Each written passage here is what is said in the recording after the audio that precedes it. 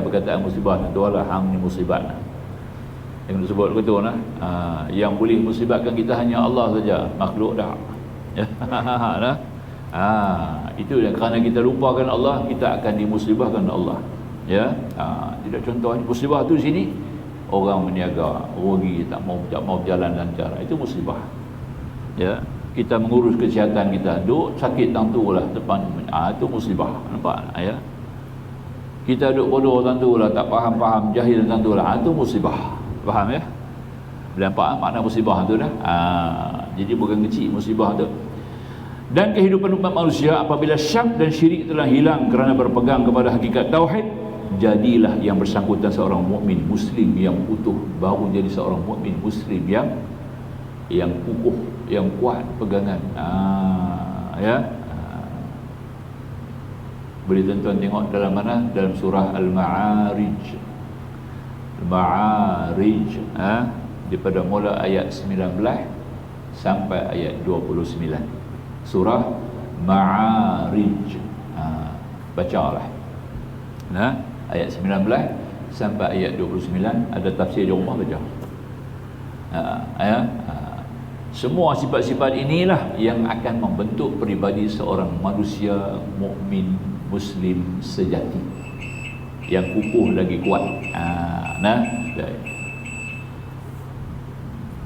Ketika Namrud melemparkan, ini kita bawa dia punya kisah tu, sandaran tu, yang kita tidak ada syak, tidak ada syirik. Nabi Ibrahim AS, dia punya role modul yang paling utama Al-Quran tunjuk Nabi Ibrahim AS.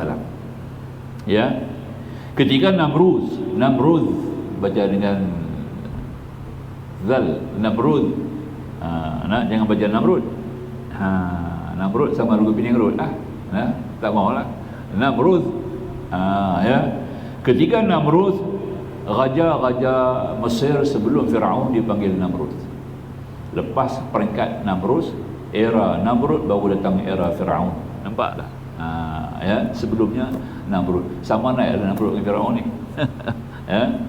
Ketika Namrud melemparkan Ibrahim ke dalam gunung api, di mana sebelumnya para malaikat langit dan bumi geger melihat keadaan yang tak akan terjadi. Ya. Namrud perintah rakyat dia datang, semua rakyat aku tolong pergi cari kayu seorang sikit. Nampak? Bawa mai kayu, masing-masing bawa rumput-rumput, bawa bangkai kayu mai. Tanda kata kamu sokong, kamu beriman, kamu sokong aku, kamu sembah sembahan aku, kamu bersama dengan aku, kamu kena buktikan. Minta rakyat dia semua kena buat begitu. Siapa tak bawa kayu api dihukum. Siapa yang tak bawa pakai api, kayu api, dihukum kerana dia tak bersama dengan, tak sejalan dengan Namrud. Itu Namrud punya hukum. Pakak bawa berlumbuk habis kayu api ni, penuh punya lumbuk punya tinggi. Nampak tak? Baru bawa Nabi Ibrahim nak dicampakkan. Maksud nak campak tu tinggi, kena buat apa? Manjanik ni macam papan nyongyak lah. Letak ada ujung, seorang tu pijak, dia melantun kan, melantun naik ke atas. Mai orang di bawah pijak seorang pun tak mampu. Ya, 2-3 orang pijak tu jadi apa? Kena panggil bapak dia sendiri Azar. Bapak dia Azar. Bapak dia sendiri meletak kaki terangkat. Nampak tak? Pasal bapak dia tukang buat patung, buat berhala. Bapak dia punya apa tadi ni, orang kata tu bukan bapak betul. Bapak tiri. Kalau bapak betul tak buat dulu, Rasul Nabi ni bapak dia semua soleh, keturunan Nabi ni, keturunan dia semua elok-elok. Nampak tak? Katanya bapak Nabi Ibrahim ni yang soleh namanya Taro, nama dia Taro, T-R-A. Yang Azar ni bapak angkat. Sebab itu bapak angkat dia sendiri, meletak kaki, manjanik itu berlambung dia masuk ke dalam api. Habis dia berkata hangus lah dia. Itu dia ya. Cuma keluar peluh ya. Nabi Ibrahim ni keluar peluh. Peluh dia saja yang jatuh dalam api, nampak? Api hanya makan peluh dia. Dia ada. Berpeluh sikit, Jibril melak peluh ya. Nampak? Nak beritahu kata ada kebakaran. Kamu dibakar. Kalau tak ada peluh dia tak tahu ada dibakar. Nampak tak? Peluh tu mentahirkan satu kesedaran kata dia sedang dibakar. Itu saja. Bukan sebagai satu perkara keji kat dia tu. Jadi bila dicampak macam tu, semua binatang-binatang, nampak tak, duk berkeliling, ya, yang boleh, yang bawa ayak, percik ayak, kok mulut, apa yang boleh kecuali cicak. Ini hadis Nabi ni, bukan cerita orang tua duduk sembang kita nak dah. Ini cerita hadis, daripada hadis kecuali cicak. Ya, cicak. Cicak yang bawa lah. Cicak ni dia duk hembus angin, hembus. Cicak ni bukan cicak lembut ni. Cicak terbang. Cicak kubing dia panggil, nampak dah? Cicak terbang. Cicak tu lah. Cicak lembut ni dah kan. Tapi kita pakai bandai cicak lembut pun. Cicak yang terbang. Dia panggil apa? Tokek ke? Tokek ke pokek? Orang utara panggil tokek. Tokek. Cicak kubing dia panggil. Yang tu lah. Dia ada kapak kan. Tu jahat tu lah. Dia kapak dengan sayap dia sekali tu, dia terbang, dia bawa angin. Ya, itu yang kita pukul, dia dapat pahala. Bukan senang nak pukul dah, pasal payah nak jumpa. Nampak tak? Pukul cicak lembut ni. Tapi jadi apa cicak lembut?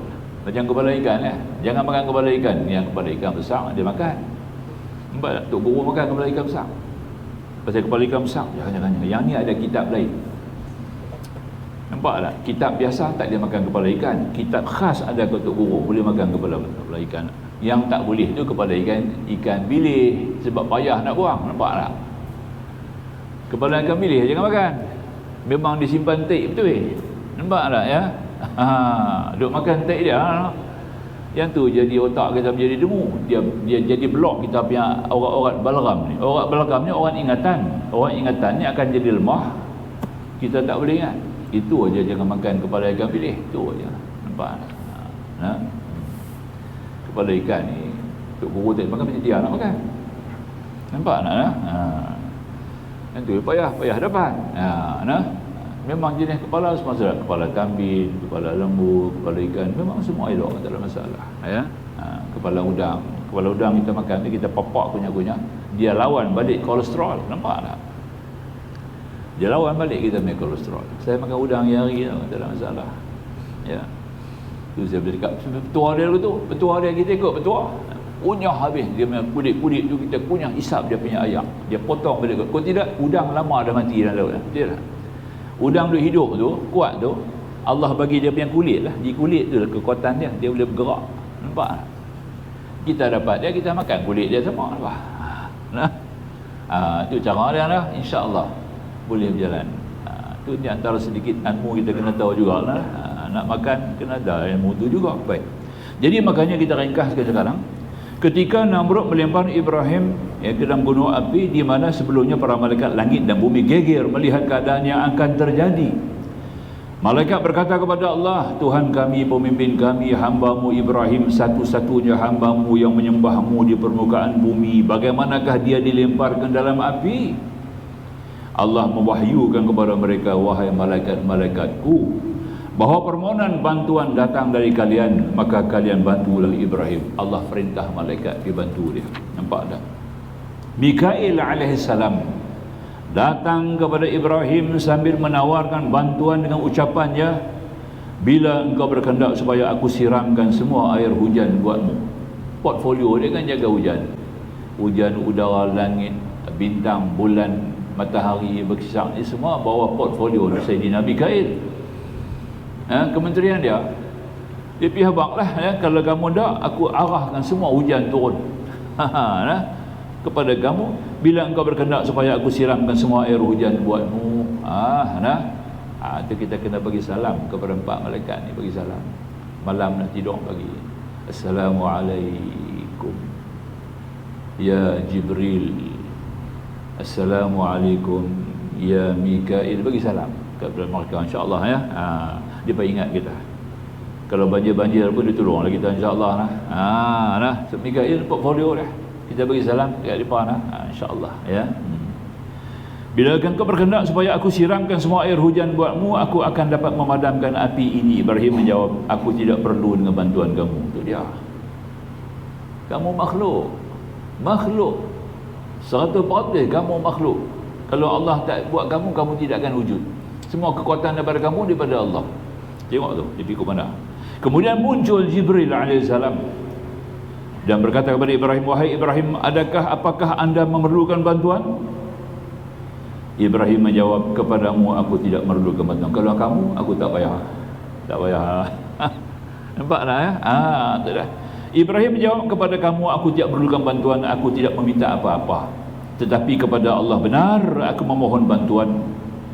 Kepada Allah saya minta bantuan. Iyyaka na'budu wa iyyaka nasta'in. Itulah ayat dia yang kita kena imani dan kita mesti hayati sebagai tauhid qasdi wal iradah nama dia. Ayat ni kita baca iyyaka na'budu wa iyyaka nasta'in untuk menegakkan satu tauhid dalam diri kita.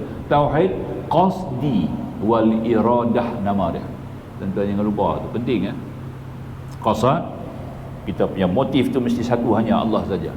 Untuk dapat redha, motif dia redha Allah, pengampunan Allah, rahmat Allah, itu dia punya qasad. Nampak tak? Ya. Wal iradah, segala kehendak kita gantung langsung kepada Allah, bukan kepada lain. Allah sebagai al-murid, fa'alun lima yurid. Dia adalah sebagai fa'ilul murid, menjadikan, mencipta dengan apa yang dikehendaki. Kita tak ada apa. Maka dengan itu kita bergantung kepada Allah langsung. Itu kita panggil.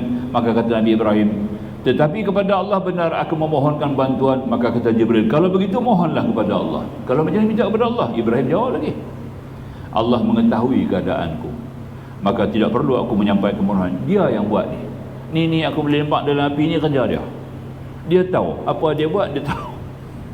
Tak payah nak minta apa, nampak? Yang menampak dalam api ni pun atas kehendak dia juga. Nampak? Kerana apa yang Tuhan buat tadi ini adalah dengan sifat Rahman dan sifat Rahim. Itu bismillah. Tiap-tiap kali mula apa juga bismillah. Saya dah sebut banyak kali kan. Dalam semua perkara mula bismillah. Dalam semua persoalan mula bismillah. Ya, bismillah, bismillah, bismillah. 3 kali. Bagi latah. Latah menyebut. Kita kena latah macam latah mencarut kan. Gantilah. Ganti latah mencarut dengan ganti bismillah, ya, automatik. Apa benda, tapi kena jaga ya, takut masuk bilik ayam dia kata bismillah 3 kali kata. Ada buang pakaian tak apalah, buang pakaian bismillah, buang pakaian, supaya syaitan tak nampak kita, golongan jin tak nampak, ya. Jin tempat tidur mereka dalam bilik ayam, tempat main mereka di market, pasar, tempat main mereka pasar kan, ya. Tempat tidur mereka dalam bilik ayam kita. Jadi bila kita masuk bilik ayam, pergi buang pakaian, mereka nampak dulu lah, free daripada nampak. Nah, kita punya aurat betul-betul, sampai masuk bilik ayam dia nampak habis aurat kita semua kan. Maka tu kita kena baca bismillah. Bismillah. Kita baca dulu itu, kita buang pakaian, insya-Allah jin tak nampak. Tuhan tutup pandangan mereka. Nampak tak? Itu kelebihan tu ada hadis Nabi tau. Hadis Rasulullah yang kata suruh buat macam tu. Ya, banyak orang tak tahu ya, bab ni ya. Keperluan bismillah kita kena baca tuan-tuan ya. Ni banyak ustaz pun tak tahu. Kalau tak mengaji, tak dengar ya. Daripada tak jumpa hadis tu kot yang kata tadi ni. Baik. Jadi makanya kata tadi ni, kalau kepada Allah tak payah, Tuhan tahu dah. Sebab ini pun kerja Allah. Dia yang atur, dia kendaki benda nak jadi, dan sebagai ujian dia, dan dia Maha Pengasih, Maha Penyayang. Maka juga tadi ini, maka Allah lakukan. Pada ketika itu datang seruan daripada Allah Ta'ala malaikat, baru Allah perintah Jibril, "Hai Jibril, pukullah sayapmu kepada api itu." Maka Jibril pun memukulkan sayapnya kepada luapan-luapan api yang sedang membahana. Dan Allah memerintahkan api, firman Allah seperti sebut dalam surah Al-Anbiya, "Qulna ya naru kuni." Ya nar, wahai api, kuni. Api ini masuk dalam kumpulan nama-nama betina. An-nar itu masuk dalam kumpulan betina. Dia masuk dalam ismul alam dalam bahasa Arab. Bab Nahwu dia panggil ismul alam. Nama-nama yang terlibat dengan alam, api, langit, bumi, semua betina. Sebab tu dia bunyi kuni, ada di belakang. Dia kena baca kuni. Tak boleh kata kun. Kalau lelaki, kalau jantan kun, ya, kalau perempuan kuni. Farka'i sujudi, begitu ya. Dia mesti baris bawah, ada nun nisbah tu di belakang ya. qulna ya narukuni bardan wa salaman, bardan wa salaman ala Ibrahim. Kami berfirman, wahai api, menjadi dinginlah engkau dan menjadi keselamatanlah bagi Ibrahim. Allah. Inilah contoh yang paling utama bahwasanya Ibrahim telah bersih hatinya daripada syirik, syak dan syirik. Dia tidak ragu lagi pada rahmat Allah dan dia berpegang bahawa tidak boleh memohon bantuan selain hanya kepada Allah SWT saja. Sebab dia, itu dia. Maka di sini disebut, kata ulama, Allah sebut tadi ini kepada api barda, sejuk, kena tambah wasalama. Kalau tak buah wasalama, nanti Nabi Ibrahim sejuk pula, terlalu sejuk sangat, tak tahan. Nampak tak? Pasal kata sejuk saja, sejuk yang sedap. Wasalama, nampak tak? Itu hikmah dia ayat ni. Barda wasalama ala Ibrahim.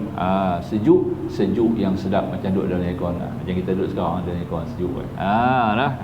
Itu dah berbeza duduk dalam peti ais kan. Maka tu hikmahnya Allah sebut di sini kepada api, sejuklah kamu, tapi sejuk yang sedap, yang sejahtera. Inilah dimaksud dengan kalimah-kalimah munajat di atas. Dengan mudah aku mohon pertolongan untuk mengatasi nafsuku, syaitanku dan hawaku, bukan selain daripadamu. Maka bantulah aku ya Allah atas hal demikian, dan ke atasmu lah aku serahkan semua keadaanku agar aku sampai pada cita-citaku. Satu lagi kita boleh ambil bandingan ini dalam kisah Qarun. Qarun, bila kata Qarun, dia mesti kait dengan harta, betul tak? Harta Qarun, betul tak? Itu famous, dia punya apa, sinonim dia. Kalau kata Qarun mesti kait dengan harta. Harta Qarun ada hubung kait dengan harta. Qarun, cerita Qarun ni, dia ni adalah pupu kepada Nabi Musa AS, seorang yang genius, yang sedap baca kitab Taurat. Nama dia, umumnya nama dia Munawwir. Nama dia Munawwir. Nama dia betul, sedap kan? Munawwir, yang bercahaya. Nama dia betul-betul. Orang dia cantik, handsome. Qarun ni orangnya handsome, cantik. Macam Nabi Musa lah, pupu Nabi Musa. Tentulah wajah macam Nabi Musa juga, handsome, cantik, Dan dia baca kitab Taurat ni, memang suara dia cukup merdu bila baca kitab Taurat. Itu kelebihan yang Tuhan bagi kepada dia. Dia ni seorang businessman. Banyak sekali bidang-bidang, seorang ahli korporat. Zaman Nabi Musa, ahli korporat yang berjaya adalah Qarun. Bukan emas saja ada, banyak perniagaan dia buat. Macam-macam perniagaan. Sebab tu dia orang yang sangat-sangat sokong Firaun. Pasti nak dapat bisnes, nak dapat lesen. Dah ada lah zaman tu, bukan baru lah. Tu panggil Qarun. Sebab tu Allah kekal Qarun, kita kena mengaji Qarun tu siapa. Jangan lupa baca Qarun ni buat kata. Dia ada masalah, dia sokong pemimpin. Dia ada terlibat dengan bahagian sektoral. Dia panggil sektoral ni, makna kita kumpulan sektoral yang boleh merosakkan akidah. Akidah kita rosak ni kerana beberapa sebab. Yang pertama kerana literal, tak faham isi batin. Pertama liberal, kedua literal, ketiga sektoral, keempat political. Itu sebab-sebab yang boleh merosakkan kita punya akidah. Habis, masuk unsur-unsur ni yang merosakkan, termasuk political. Ni political Qarun ni political lah.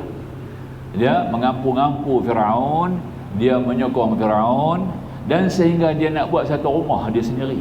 Firaun tak bagi tau. Tak boleh lah lawan aku. Nampak tak? Dia punya berjaya, tuan-tuan. Qarun ni punya berjaya sehingga dia mampu nak buat istana setanding macam Firaun. Pengambil Firaun bagi satu tempat dia, nama dia Al-Fayyum. Nama tempat tu Al-Fayyum, ni Mesir sekarang ada. Al-Fayyum, Al-Fayyum itu tempat dia lah. Dia bina istana dia di Al-Fayyum. Gudang-gudang dia, dia menyimpan harta, bukan emas saja. Dalam gudang tu ada macam-macam lah harta benda. Ambil secara kasar, kita lama dia kata emas lah. Bukan emas saja, macam-macam lagi harta benda dia ambil. Dia ni seorang kapitalis. Seorang kapitalis. Dia pakat borong habis semua dapat kat dia. Itu satu unsur yang kita kena faham. Kemudian Qarun ni juga dia bina di situ, dan banyak perkara lah dia menentang. Dia menentang Musa sebab hukum-hukum yang dibawa dalam Taurat tadi ini bercanggah dengan budaya hidup dia. Budaya hidup dia yang mungkar ini banyak pertentangan dengan ajaran-ajaran yang sahih, yang elok daripada langit, agama samawi, agama yang dibawa oleh Nabi Musa, agama Hanif atau agama Islam lah yang kita faham tadi, bukan agama Yahudi, jangan salah faham. Agama Hanif, agama Islam Nabi Musa, ya, cuma keturunan daripada Bani Israel, ya. Jadi maka tu dia tak suka dengan Nabi Musa, tak suka, ya. Maka dia banyak sekali melibat, bersekongkol dengan Firaun dan menjadi kapitalis, ya, banyak mengambil hak-hak orang miskin, hak-hak orang-orang meniaga, semua banyak dia bolot, dapatkan dia dengan cara apa boleh juga yang dia lakukan, ya, berbagai-bagai macam lah, ya, tipu daya helahnya sehingga dia dapat penuh. Akhirnya sekali dia nak bagi jatuh Musa, yang ni baru dia kena hukum. Lama sekali, ya, dia kena hukum sebab dia nak berjatuhkan Musa, nak aibkan Musa langsung dengan cara mana dia telah mengupah seorang perempuan sundal. Dia upah seorang perempuan sundal, ya, untuk mencemarkan Nabi Musa, mengatakan bahawa perempuan itu telah melakukan satu kecurangan. Musa telah buat satu perkara yang sangat keji, bercurang dengan si perempuan sundal tadi. Maka Allah turun perintah, nampak tak? Maka berlaku peperangan selama 2000 hari, bukan satu hari, dua. Sebab dia punya Al-Fayyum tempat tu, dia berperang 2000 hari.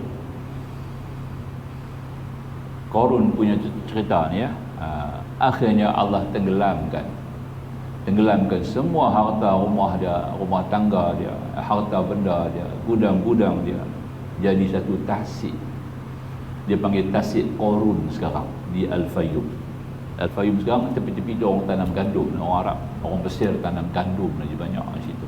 Al-Fayyum, ya, tempat tu, di situlah tenggelamnya harta-harta Qarun dan jadi tasik, macam laut tasik, ya. Orang boleh naik sampan bot, dia bagi pula bot, boleh naik bot jalan ke tasik, cantik lah, ya, macam tasik Toba lah, macam tu, kan. Kemudian dia bagi kayu, tancap satu kayu lebih kurang 1 meter bagi.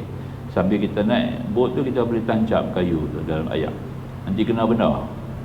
Laut tu dalam, tasik tu dalam, ya, biru air. Kita tancap kayu tu, boleh ada rasa benda. Suara tangan tak ada, tengok, ya, tancap kayu tu rasa kena benda. Apa benda, tapi kita suara tangan tak ada apa. Itulah, ya, Allah tak nak tunjuk bekas yang ditinggal oleh Qarun tadi, ya. Seorang kapitalis, seorang penghisap darah, ya, seorang ahli penjagaan korporat yang mungkar, nampak dah, ya. Dan banyak lagi lah kita ambil kira. Dia menyandarkan dia punya kepayaan, kebolehan. Aku punya kepandaian sendiri, dia kata, nampak.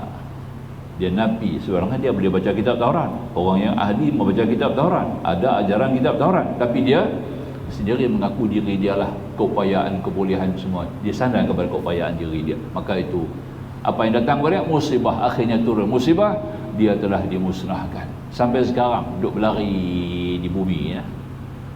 Dia tu duduk berlari di bawah bumi, punya azab. Macam juga si Abu Jahal, kalau zaman Nabi Abu Jahal lah, Abu Jahal lah kapitalis saja, ya.